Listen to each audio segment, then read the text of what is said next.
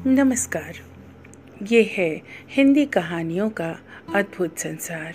किस्सा कहानी, कहानियाँ जिनमें हम लिखते हैं खुद को। मैं हूँ स्वयं प्रभा झा और हिंदी क्लासिक कहानियों की श्रृंखला में आज आपको सुना रही हूँ किशोरी लाल गोस्वामी की लिखी कहानी इंदुमती। इस कहानी इंदुमती को विकिपीडिया के मुताबिक हिंदी भाषा की पहली कहानी माना गया है। इंदुमती अपने बूढ़े पिता के साथ विंध्याचल के घने जंगलों में रहती थी। जब से उसके पिता वहां पर कुटी बनाकर रहने लगे, तब से वह बराबर उन्हीं के साथ रही। न जंगल के बाहर निकली, न किसी दूसरे का मुंह देख सकी। उसकी अवस्था 4-5 वर्ष की थी जबकि उसकी माता का परलोकवास हुआ और जब उसके पिता उसे लेकर वनवासी हुए। जब से वह समझने योग्य हुई, तब से नाना प्रकार के वनैले पशु पक्षियों, वृक्षावलियों और गंगा की धारा के अतिरिक्त यह नहीं जानती थी कि संसार व संसारी सुख क्या है और उसमें कैसे कैसे विचित्र पदार्थ भरे पड़े हैं।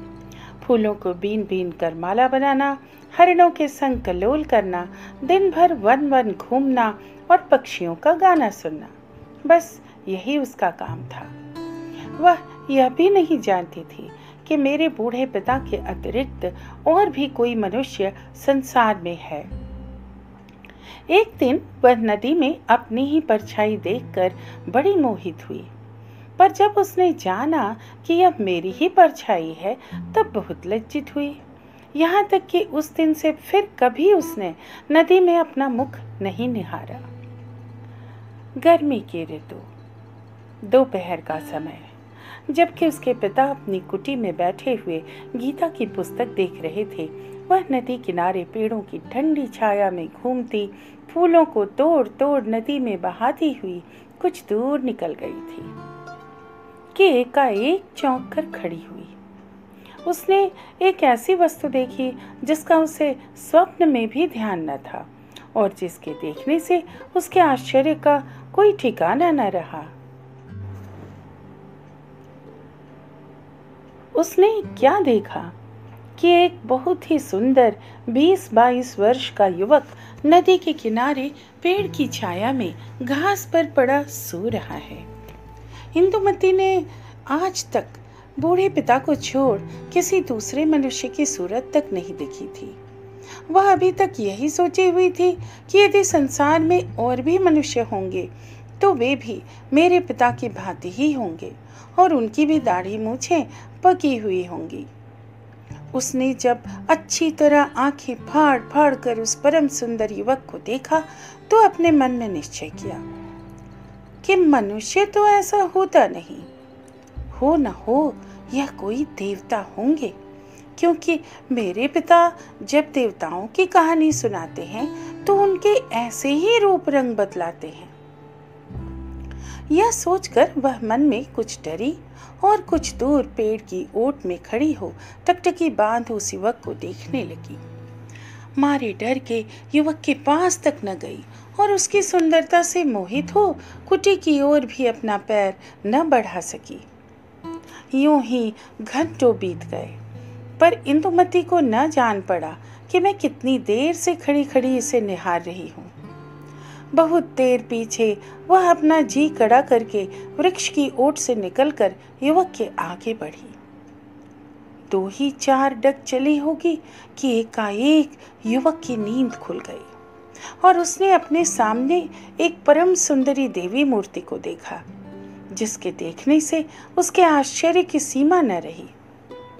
मन ही मन सोचने लगा, इस भयानक घनघोर जंगल में ऐसी मनमोहिनी परम सुंदरी स्त्री कहाँ से आई? ऐसा रूप रंग तो बड़े बड़े राजाओं के रनिवास में भी दुर्लभ है, सो इस वन में कहाँ से आया? या तो मैं स्वप्न में स्वर्ग की सैर करता होऊंगा या किसी देवकन्या या वनदेवी ने मुझे छलने के लिए दर्शन दिया होगा। यही सब सोच विचार करता हुआ वह भी पड़ा पड़ा इंदुमती की ओर निहारने लगा। दोनों की रह रह कर आंखें चार हो जाती, जिससे अचरज के अतिरिक्त और कोई भाव नहीं झलकता था। यूं ही परस्पर देखा भाली होते होते एकाएक इंदुमती के मन में किसी अपूर्व भाव का उदय हो आया, जिससे वह इतनी लज्जित हुई कि उसकी आंखें नीची और मुख लाल हो गया। वह भागना चाहती थी। चट युवक उठकर उसके सामने खड़ा हो गया और कहने लगा, हे सुंदरी, तुम देव कन्या हो या वन देवी हो, चाहे कोई हो, पर कृपा कर तुमने दर्शन दिया है तो जरा सी दया करो। ठहरो, मेरी बातें सुनो, घबराओ मत। यदि तुम मनुष्य की लड़की हो तो डरो मत। क्षत्रिय लोग स्त्रियों की रक्षा करने के सिवा बुराई नहीं करते। सुनो, यदि तुम सचमुच वन देवी हो तो कृपा कर मुझे इस वन से निकलने का सीधा मार्ग बता दो। मैं विपत्ति का मारा 3 दिन से इस वन में भटक रहा हूँ, पर निकलने का मार्ग नहीं पाता। और जो तुम मेरी ही भांति मनुष्य जाति की हो तो मैं तुम्हारा अतिथि हूँ। मुझे केवल आज भर के लिए टिकने की जगह दे दो, और अधिक मैं कुछ नहीं चाहता। युवक की बातें सुनकर इंदुमती ने मन में सोचा, तो क्या ये देवता नहीं है? हम लोगों ही की भांति मनुष्य है? हो सकता है, क्योंकि जो ये देवता होते तो ऐसी मीठी मीठी बातें बनाकर अतिथि क्यों बनते? देवताओं को कमी किस बात की है? और वे क्या नहीं जानते जो हमसे वन का मार्ग पूछते? तो यह मनुष्य ही होंगे। पर क्या मनुष्य इतने सुंदर होते हैं और ऐसी मीठी बातें करते हैं? आहा, एक दिन मैं जल में अपनी सुंदरता देखकर ऐसी मोहित हुई थी, किंतु इनकी सुंदरता के आगे तो मेरा रूप रंग निरा पानी है। इस तरह सोचते विचारते उसने अपना सिर ऊंचा किया और देखा कि युवक अपनी बात का उत्तर पाने के लिए सामने एकटक लगा खड़ा है।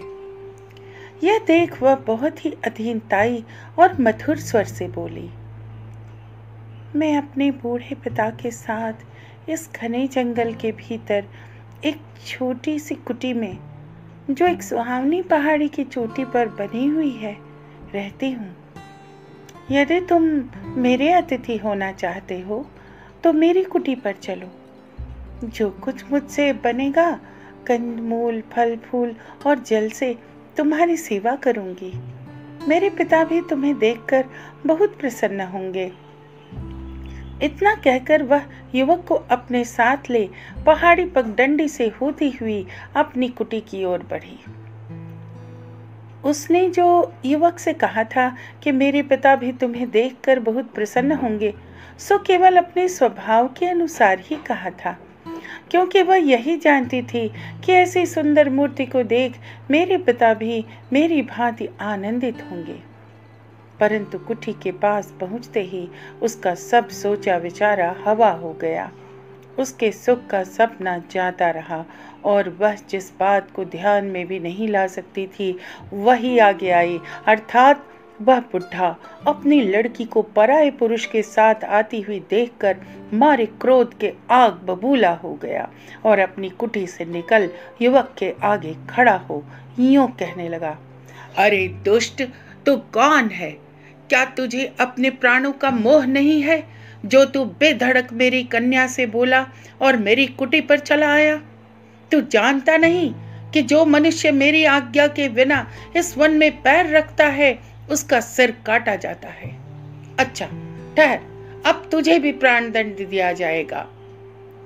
इतना कह वह क्रोध से युवक की ओर घूरने लगा। बेचारी इंदुमती की विचित्र दशा थी। उसने आज तक अपने पिता की ऐसी भयानक मूर्ति नहीं देखी थी।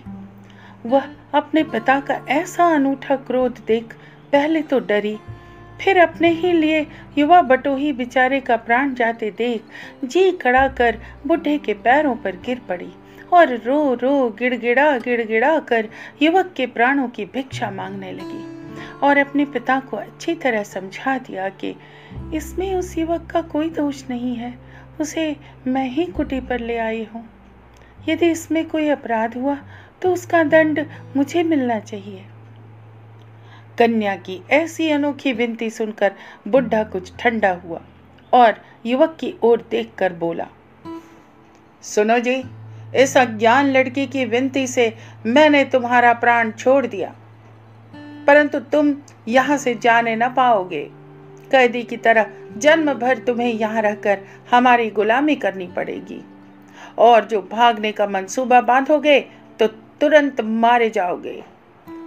इतना कहकर जोर से बूढ़े ने सीटी बजाई, जिसकी आवाज दूर दूर तक वन में गूंजने लगी और देखते देखते 20-25 आदमी हट्टे कट्टे यमदूत की सूरत हाथ में ढाल तलवार लिए बुढ़े के सामने आ खड़े हुए। उन्हें देखकर उसने कहा, सुनो वीरो, इस युवक को आज से मैंने अपना बंधुआ बनाया है। तुम लोग इस पर ताक लगाए रखना जिससे यह भागने न पावे और इसकी तलवार ले लो। बस जाओ। इतना सुनते ही वे सब के सब युवक से तलवार छीन सिर झुकाकर चले गए। पर इस नए तमाशे को देख इंदुमती के होश हवास उड़ गए। जब से उसने होश संभाला तब से आज तक बुढ़े को छोड़ किसी दूसरे मनुष्य की सूरत तक नहीं देखी थी, पर आज एकाएक इतने आदमियों को अपने पिता के पास देख वह बहुत ही सकपकाई, पर डर के मारे कुछ भूली नहीं। बुढ़े ने युवक की ओर आंख उठाकर कहा, देखो, अब तुम मेरे बंधुए हुए, अब से जो जो मैं कहूंगा तुम्हें करना पड़ेगा। उनमें पहला काम तुम्हें यह दिया जाता है कि तुम इस सूखे पेड़ को काट काट कर लकड़ी को कुटी के भीतर रखो। ध्यान रखो, यदि जरा सी भी मेरी आज्ञा टाली तो समझ लेना कि तुम्हारे धड़ पर विधाता ने सिर बनाया ही नहीं। और इंदुमती, तू भी कान खोलकर सुन ले, इस युवक के साथ यदि किसी भी तरह की बातचीत करेगी तो तेरी भी वही दशा होगी। इतना कहकर बुढ़ा कुटी के भीतर चला गया और फिर उसी गीता की पुस्तक को ले पढ़ने लगा। बुढ़े का विचित्र रंग ढंग देखकर हमारे युवक के हृदय में कैसे कैसे भावों की तरंगें उठी होंगी, इसे हम लिखने में असमर्थ हैं। पर हाँ, इतना तो उसने अवश्य निश्चय किया होगा कि यदि सचमुच यह सुंदरी इस बुढ़े की लड़की हो तो विधाता ने पत्थर से नवनीत पैदा किया है। निदान बेचारा युवक अपने भाग्य पर भरोसा रखकर कुल्हाड़ा हाथ में ले पेड़ काटने लगा और इंदुमती पास ही खड़ी खड़ी टकटकी लगाए उसे देखने लगी। 2 ही 4 बार के टांगा चलाने से युवक के अंग अंग से पसीने की बूंदें टपकने लगीं और वह इतनी जोर से सांस लेने लगा जिससे जान पड़ता था कि यदि यूं ही घंटे 2 घंटे यह टांगा चलावेगा तो अपनी जान से हाथ धो बैठेगा। उसकी ऐसी दशा देखकर इंदुमती ने उसके लिए फल और जल ला आंखों में आंसू भरकर कहा, सुनो जी, ठहर जाओ, देखो यह फल और जल मैं लाई हूँ, इसे जरा खा लो, जरा ठंडे हो लो, फिर काटना, छोड़ो, मान जाओ। युवक ने उसकी प्रेम भरी बातों को सुनकर कहा, सुंदरी, मैं सच कहता हूँ कि तुम्हारा मुंह देखने से मुझे इस परिश्रम का कष्ट जरा भी नहीं व्यापता। यदि तुम यूं ही मेरे सामने खड़ी रही तो मैं बिना अन्न जल किए सारे संसार के पेड़ काट कर रख दूं। और सुनो तो सही, अपने पिता की बातें याद करो, क्यों नाहक मेरे लिए अपने प्राण संकट में डालती हो। यदि वे सुन लेंगे तो क्या होगा, और मैं जो सुस्ताने लगूंगा तो लकड़ी कौन काटेगा। जब वे देखेंगे कि पेड़ नहीं कटा तो कैसा उपद्रव करेंगे। इसलिए हे सुशीले, मुझे मेरे भाग्य पर छोड़ दो। युवक की ऐसी करुणा भरी बातें सुनकर इंदुमती की आंखों से आंसू बहने लगे।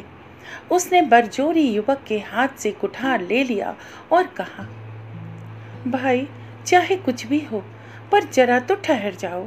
मेरे कहने से मेरे लाए हुए फल खाकर जरा दम ले लो, तब तक तुम्हारे बदले मैं लकड़ी काटती हूँ। युवक ने बहुत समझाया, पर वह न मानी और अपने सुकुमार हाथों से कुठार उठाकर पेड़ पर मारने लगी। युवक ने जल्दी जल्दी उसके कहने से कई एक फल खाकर 2 घूंट जल पिया। इतने ही में हाथ में नंगी तलवार लिए बुढ़ा कुटी से निकलकर युवक से बोला, क्यों रे नीच, तेरी इतनी बड़ी सामर्थ्य कि आप तो बैठा बैठा सुस्ता रहा है और मेरी लड़की से पेड़ कटवाता है। रह, अभी तेरा सिर काटता हूँ। फिर इंदुमती की ओर घूमकर बोला, क्यों रे ढीठ, तैने मेरे मना करने पर भी इस दुष्ट से बातचीत की। रह जा, तेरा भी वध करता हूँ। बुढ़े की बातें सुन युवक उसके पैरों पर गिर पड़ा और कहने लगा, महाशय, इस बेचारे का कोई अपराध नहीं है, इसे छोड़ दीजिए। जो कुछ दंड देना है वह मुझे दीजिए। इंदुमती भी उसके पैरों पर गिरकर कहने लगी, नहीं नहीं, इसका कोई दोष नहीं है। मैंने बरजोरी इससे कुठार ले ली थी, इसलिए हे पिता, अपराधिनी मैं हूँ। मुझे दंड दीजिए, इन्हें छोड़ दीजिए। उन दोनों की ऐसी बातें सुनकर बुढ़े ने कहा, अच्छा, आज तो मैं तुम दोनों को छोड़ देता हूँ, पर देखो, फिर मेरी बातों का ध्यान ना रखोगे तो मारे जाओगे। इतना कहकर बुढ़ा कुटी में चला गया और वे दोनों एक दूसरे का मुंह देखने लगे। इंदुमती बोली, घबराओ मत, मेरे रहते तुम्हारा बाल भी बांका न होगा। और युवक ने कहा, प्यारे, क्यों व्यर्थ मेरे लिए कष्ट सहती हो? जाओ, कुटी में जाओ। पर इंदुमती उसके मुंह की ओर उदास हो देखने लगी और वह कुठार उठाकर पेड़ काटने लगा। इतने ही में फिर बाहर आकर बुढ़ा बोला, ओ छोकरे, संध्या भाई, अब रहने दे, पर देख, कल दिन भर में जो सारा पेड़ न काट डाला तो देखियो मैं क्या करता हूँ। और सुनती है री इंदुमती, इसे कुटी में ले जाकर सड़े गले फल खाने को दे और गंदला पानी पीने को दे, परंतु सावधान, मुंह से एक अक्षर भी न निकलने पावे। और सुन बे लड़के, खबरदार, जो इससे कुछ भी बातचीत की तो जीता ना छोड़ूंगा। यह कहकर बुढ़ा पहाड़ी पगडंडी से गंगा तट की ओर उतरने लगा और उसके जाने पर इंदुमती मुस्काकर युवक का हाथ थामे हुए कुटी के भीतर गई और वहां जाकर उसने पिता की आज्ञा को मेट कर सड़े गले फल और गंदले पानी के बदले अच्छे अच्छे मीठे फल और सुंदर साफ पानी युवक को दिया और युवक के साथ बहुत आग्रह करने पर फलाहार किया।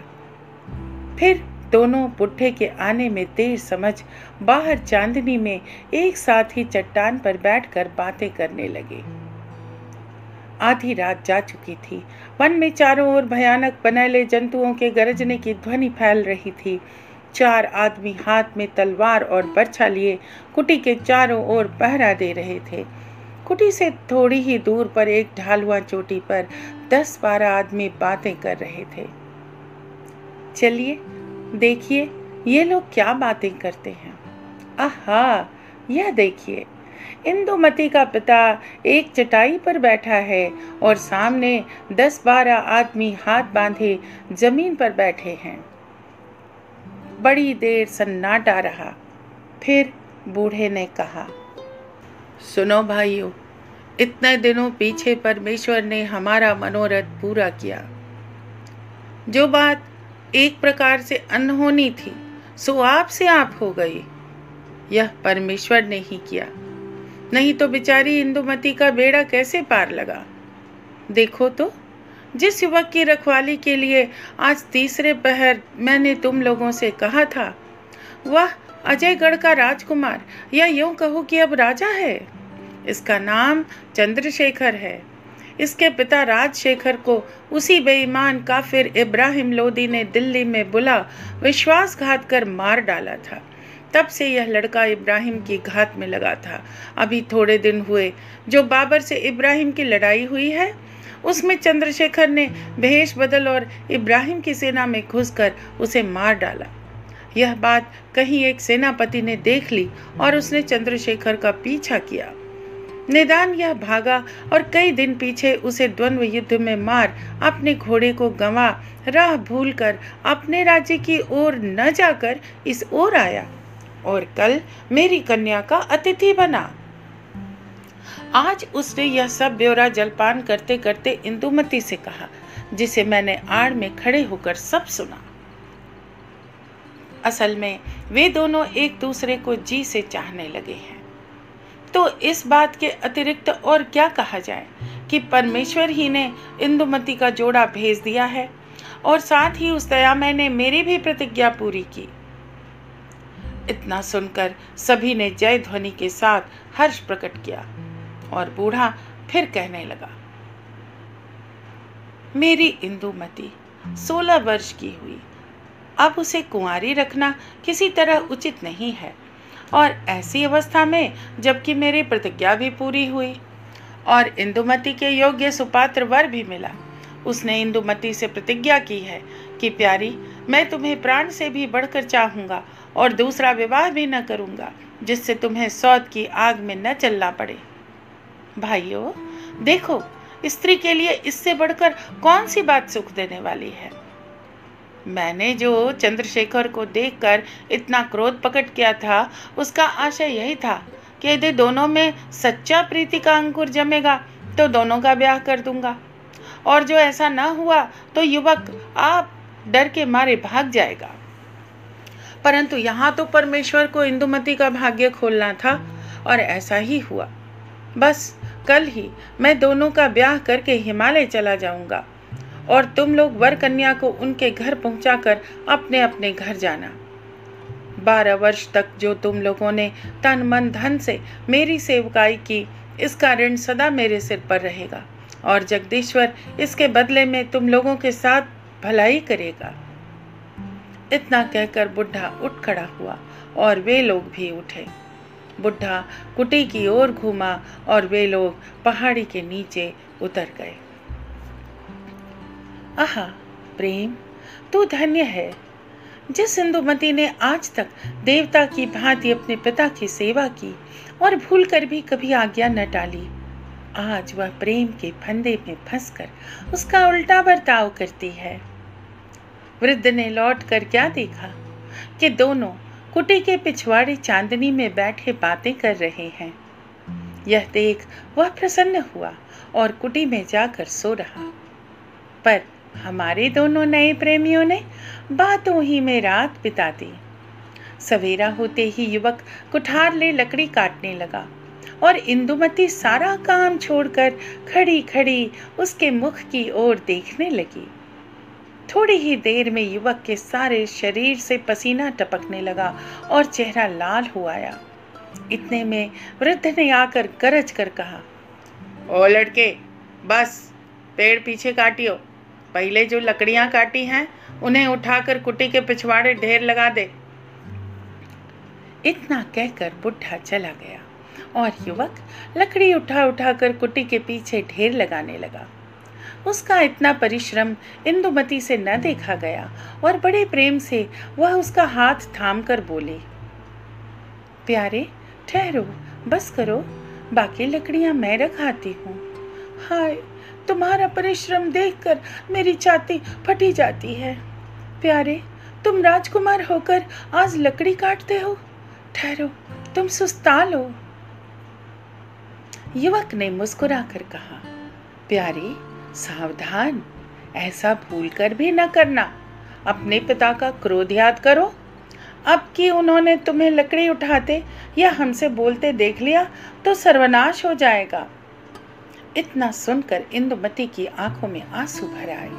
वह बोली, प्यारे, मेरे पिता का तो बहुत अच्छा स्वभाव था, सो तुम्हें देखते ही एकदम से ऐसा बदल गया। क्यों? वह तो ऐसे नहीं थे, अब उन्हें क्या हो गया? आज तक मैंने उन्हें कभी क्रोध करते नहीं देखा था। खैर, जो होए, पर तुम ठहरो, दम ले लो, तब तक मैं इन लकड़ियों को फेंक देती हूँ। युवक ने कहा, प्यारी, क्या राक्षस हूं? अपनी आंखों के सामने तुम्हें लकड़ी ढोने दूंगा? हटो, ऐसा नहीं होगा। सच जानो, तुम्हें देखने से मुझे कुछ भी कष्ट नहीं जान पड़ता। इंदुमती ने उदास होकर कहा, हाय प्यारी, तुम्हारे दुख देखकर मेरे हृदय में ऐसी वेदना होती है कि क्या कहूँ। जो तुम इसे जानते तो ऐसा न कहते। पीछे लता मंडप में खड़े खड़े वृद्ध ने दोनों की बातें सुनकर बड़ा सुख माना, पर अंतिम परीक्षा करने के अभिप्राय में नंगी तलवार ले सामने आ गरज कर कहा, इंदुमती, कल से आज तक तैने मेरी सब बातों का उलट बर्ताव किया। फल और जल की बात याद कर, और तू फिर इससे बात करती है।